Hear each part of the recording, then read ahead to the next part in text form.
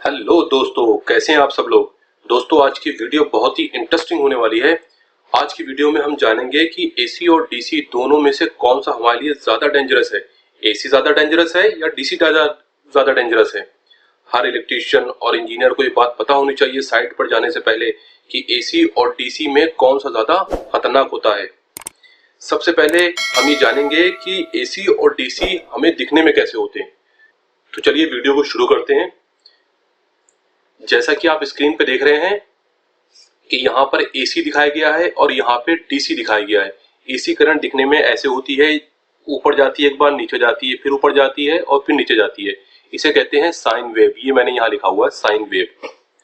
वहीं DC current जो होती है ये एक सी नजर आती है, सीधी सीधी बिल्कुल। यहाँ पे अगर आपका 10 वोल्ट है तो 0 से स्टार्ट होगा, 0 वोल्ट होगा, फिर 5 वोल्ट होगा, फिर सबसे ऊपर जाकर 10 वोल्ट होगा, फिर नीचे घटेगा 5 वोल्ट, फिर 0 वोल्ट। इस तरह से फिर ये माइनस जाएगा, फिर ये 10 जाएगा, -10 जाएगा, -5 जाएगा, फिर ये 0 जाएगा। ये ग्रीन कलर जो है इसे कहते हैं पॉजिटिव साइकिल, और इसे जो नीचे होता है इसे कहते हैं निगेटिव साइकिल।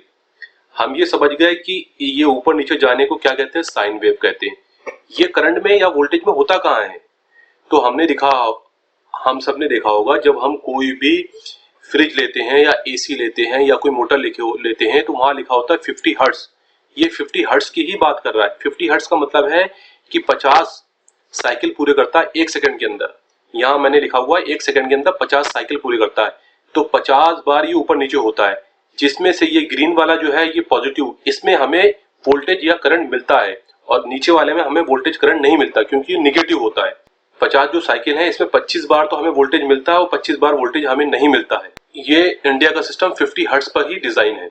इसमें आपने ये समझ लिया कि साइन वेव क्या होते हैं, साइकिल क्या होते हैं। साइकिल 0 से लेकर अगले 0 तक, इस वाले 0 तक जो पूरा ऊपर नीचे होना है इसे साइकिल बोलते हैं।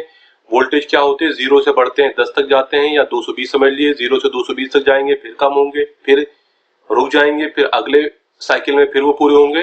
तो 1 सेकंड के अंदर इस तरह से वोल्टेज या करंट इस तरह से 50 साइकिल पूरे करते हैं, जिसमें 25 साइकिल के अंदर से हमें उसकी वैल्यू मिलती है और 25 साइकिल में हमें नहीं मिलती है।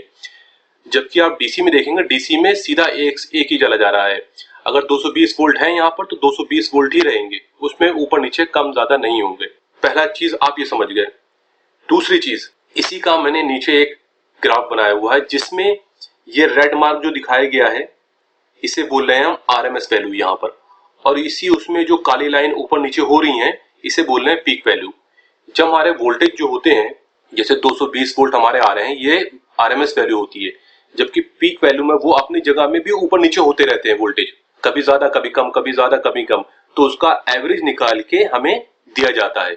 जैसे बोलते हैं ना, हमारे वोल्टेज जो है +-10%, +-15%, तो ये उसकी पीक वैल्यू ही होती है। तो हमारा जो भी सिस्टम होता है हमें इस तरह से डिजाइन होता है कि उसमें पीक वैल्यू ध्यान में रखी जाए। तो देखिए आप, आरएमएस वैल्यू जो 220 वोल्ट थी उसकी पीक वैल्यू कितनी, 311 वोल्ट। तो इसका मतलब यह है कि 220 वोल्ट का अगर एसी है और 220 वोल्ट का डीसी है तो झटका किसमें ज्यादा लग रहा है, एसी में, क्योंकि इसमें पीक वैल्यू 311 वोल्ट है। इसमें आपको 311 वोल्ट भी मिलेंगे, एक बार 311 मिलेंगे, कुछ कम भी मिलेंगे, लेकिन 311 मैक्सिमम मिलेंगे।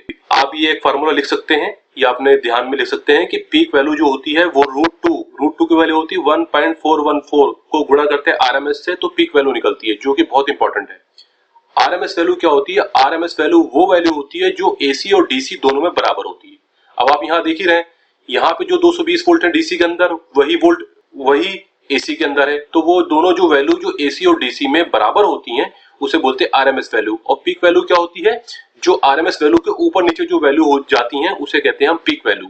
पीक वैल्यू को निकालते हैं हम √2 से गुणा करके आरएमएस वैल्यू से। तो दो चीजें समझ गए हम। पहली चीज समझ गए कि एसी और डीसी दिखने में कैसे होते हैं। दूसरी चीज समझ गए कि हम आरएमएस वैल्यू और पीक वैल्यू। अब हम तीसरी चीज की बात करेंगे। ये हमारा जो ग्राफ बना हुआ है, ये स्केच बना हुआ है, ये एक ह्यूमन बॉडी यानी इंसान का शरीर है। यहाँ पे लिखा हुआ ह्यूमन, जिसे कहते हैं इंसान।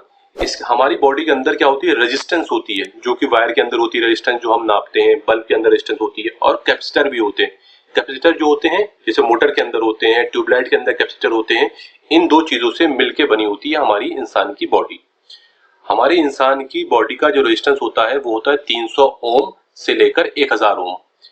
ये वैल्यू क्यों ऊपर कम और ज्यादा हो रही है कि हमारी बॉडी जब सूखी होती है उस वक्त हमें करंट कम लगता है, करंट के लगने के चांसेस कम होते हैं, तो उस वक्त हमारी बॉडी की रेजिस्टेंस बढ़ी होती है, 1000 ओम से भी ज्यादा हो सकती है उस वक्त।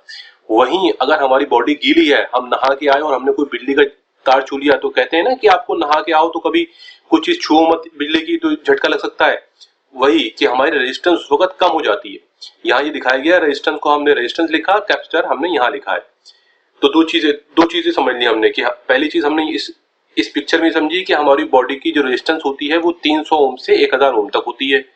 दूसरी चीज हमने ये समझी कि हमारी बॉडी के अंदर रेजिस्टर्स भी होते हैं और कैपेसिटर भी होते हैं। जैसा कि आप सब जानते हैं कि एसी करंट जो होती है वो कैपेसिटर के अंदर से पास हो जाती है, वहीं डीसी करंट कैपेसिटर के अंदर से पास नहीं हो पाती, कैपेसिटर उसको रोक देता है, और एसी करंट कैपेसिटर उसको रोक नहीं पाता और एसी करंट पास हो जाती है। तो यहाँ पे एक नुकसान ये भी है एसी करंट के अंदर, क्योंकि कैपेसिटर है तो क्या हो रहा है कि उसकी रेजिस्टेंस वैसे कम हो जाती है और झटका लगने के चांसेस ज्यादा होते हैं हमें, क्योंकि वो तो कैपेसिटर के अंदर से ही पास हो जा रही है एसी करंट, जहां डीसी करंट नहीं हो रही है। तो यहाँ आप दो चीजें समझ गए, इंसान की बॉडी की यानी मनुष्य की बॉडी की रेजिस्टेंस कितनी होती है, और जो एसी करंट होती है वो कैपेसिटर के अंदर से भी पास हो जाती है। अब हम इसका सारांश समझते हैं कि एसी करंट ज्यादा खतरनाक है या डीसी करंट ज्यादा डेंजरस है। तो देखिए यहाँ पे एक कॉलम बनाया गया जिसमें एक तरफ एसी लिखा है, दूसरी तरफ डीसी लिखा है। एक पहला पॉइंट है कि एसी के अंदर दो वैल्यू होती हैं, एक होती है आरएमएस वैल्यू, एक होती है पीक वैल्यू। अगर आरएमएस वैल्यू 220 वोल्ट है तो डीसी के अंदर भी 220 वोल्ट ही होगी, जबकि पीक वैल्यू होती है 311 वोल्ट एसी के अंदर, डीसी के अंदर नहीं होती। तो क्या हो रहा है कि अगर 220 वोल्ट का एसी का झटका लगे आपको और 220 वोल्ट डीसी का झटका लगे तो आपको ज्यादा जोर का कौन सा लगेगा, एसी का। अच्छा, दूसरी चीज, क्योंकि इंसान के बदन के अंदर, मनुष्य के बदन के अंदर रेजिस्टेंस भी होती है, कैपेसिटर भी होती है, तो एसी करंट भी रेजिस्टर से पास हो जाती है, डीसी करंट भी रेजिस्टर से पास हो जाती है। लेकिन एसी करंट जो होती है वो कैपेसिटर के अंदर से ही पास हो जाती है और डीसी करंट पास नहीं हो पाती, यहाँ क्रॉस मारा है, तो एसी करंट इस तरह से भी ज्यादा डेंजरस है।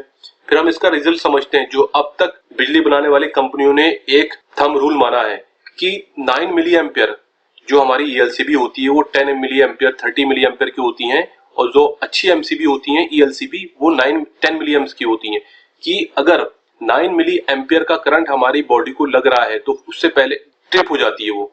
वहीं डीसी करंट जो होती है 60 मिली एम्पियर तक हम बर्दाश्त कर सकते हैं।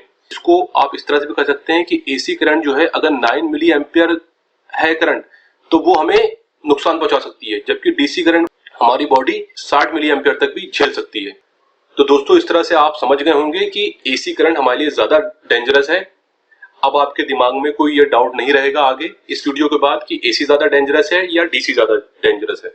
दोस्तों हमें उम्मीद है कि आपको ये वीडियो पसंद आई होगी। आपने अभी तक हमारे चैनल को सब्सक्राइब नहीं किया है तो जल्दी से सब्सक्राइब कर लीजिए, जिससे आपको नई वीडियो की जानकारी सबसे पहले मिले। इस वीडियो को अपने दोस्तों और आपके साथ जो लोग काम करते हैं उनके साथ भी शेयर करिए, जिससे उनको भी ये हेल्प मिल सके। तो दोस्तों thanks for watching this video.